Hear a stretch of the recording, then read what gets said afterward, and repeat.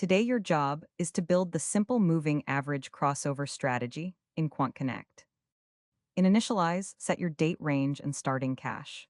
Add SPY, then create two simple moving average indicators, a fast one with a 10-day period and a slow one with a 50-day period.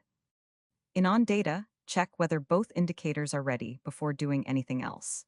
Indicators need enough data to warm up before their values are reliable. Once they are ready, apply the rule. If the fast average just crossed above the slow average and you are not already invested, buy SPY.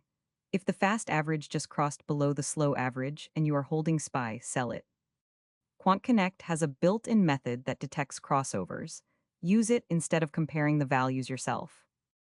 Run the backtest, notice how many times it trades, compare the result to your buy and hold baseline. That is the task: two indicators, two conditions, one crossover check.